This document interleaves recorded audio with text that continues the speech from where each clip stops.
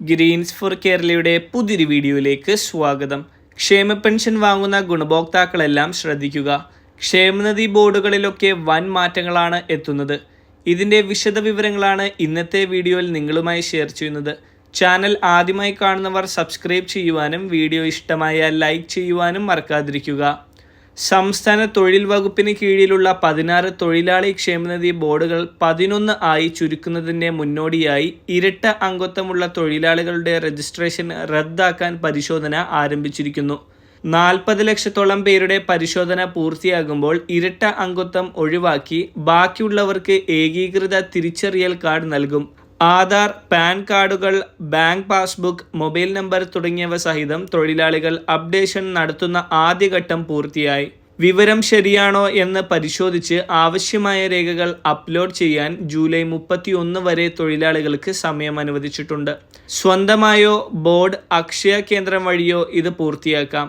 സാമ്പത്തിക സ്വയം പര്യാപ്തതയ്ക്കും സുഗമ പ്രവർത്തനത്തിനും വേണ്ടിയാണ് ബോർഡുകളുടെ ലയനമെന്നാണ് സർക്കാർ വാദം.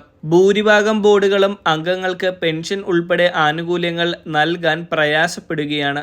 വിവിധ ബോർഡുകളെ സംബന്ധിച്ച നിയമങ്ങളും ചട്ടങ്ങളും സംയോജിപ്പിക്കുന്നതിൻ്റെ സാങ്കേതികത പരിശോധിച്ചു വരികയാണ്. ബോർഡുകൾ ലയിപ്പിക്കുന്നതോടെ ജില്ലാ ഓഫീസുകളിലടക്കം ജീവനക്കാരുടെ എണ്ണവും കുറയ്ക്കും. സർക്കാരിലെ മറ്റു വകുപ്പുകളിലായി 15 ക്ഷേമനിധി ബോർഡുകൾ കൂടി നിലവിലുണ്ട്. നിലനിർത്തുന്ന ബോർഡുകളും അതിൽ ലയിപ്പിക്കുന്നവയും ഏതൊക്കെയെന്ന് നോക്കാം. കെട്ടിട നിർമ്മാണ തൊഴിലാളി ക്ഷേമനിധി ബോർഡ്, തയ്യൽ തൊഴിലാളി ക്ഷേമനിധി ബോർഡ്, കള്ളുവ വ്യവസായ ക്ഷേമനിധി ബോർഡ്. ഇതിൽ നിലവിലെ അബ്കാരി ക്ഷേമനിധി ബോർഡ് ലയിപ്പിക്കും. അസംഘടിത തൊഴിലാളി സാമൂഹിക സുരക്ഷാ board, shops and commercial establishment തൊഴിലാളി ക്ഷേമനിധി ബോർഡ്. ഇതിൽ നിലവിലുള്ള ആഭരണ തൊഴിലാളി ക്ഷേമനിധി ബോർഡ് ലയിപ്പിക്കും. തൊഴിലാളി ക്ഷേമനിധി ബോർഡ് ഇതിൽ നിലവിലുള്ള ചെറുകിട തോട്ടം തൊഴിലാളി ക്ഷേമനിധി ബോർഡ്, ഈറ്റ, കാട്ടുവള്ളി, തഴ തൊഴിലാളി ക്ഷേമനിധി ബോർഡ് എന്നിവ ലയിപ്പിക്കും. മോട്ടോർ തൊഴിലാളി ക്ഷേമനിധി ബോർഡ്, കശുവണ്ടി തൊഴിലാളി ആശ്വാസ ക്ഷേമനിധി ബോർഡ്, ചുമട്ടു തൊഴിലാളി ക്ഷേമനിധി ബോർഡ്, കർഷക തൊഴിലാളി ക്ഷേമനിധി ബോർഡ്, കൈത്തറി തൊഴിലാളി ക്ഷേമനിധി ബോർഡ്. ഇതിൽ നിലവിലുള്ള ബീഡി ആൻഡ് സിഗാർ തൊഴിലാളി ക്ഷേമനിധി ബോർഡ് ലയിപ്പിക്കും. നിലനിർത്തുന്ന ബോർഡുകളും ലയിപ്പിക്കുന്ന ക്ഷേമനിധി ബോർഡുകളും ഇതൊക്കെയാണ്.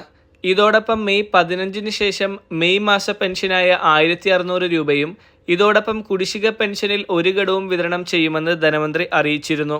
അത്തരത്തിൽ 3200 രൂപ മെയ് മാസത്തിൽ ഓരോ പെൻഷൻ ഗുണഭോക്താവിനും ലഭിക്കുന്നതാണ്. വളരെ പ്രധാനപ്പെട്ട ഈ ഇൻഫർമേഷൻസ് നിങ്ങൾ മറ്റുള്ളവരിലേക്ക് കൂടി ഷെയർ ചെയ്യുക. മറ്റൊരു വീഡിയോയുമായി വീണ്ടും കാണാം.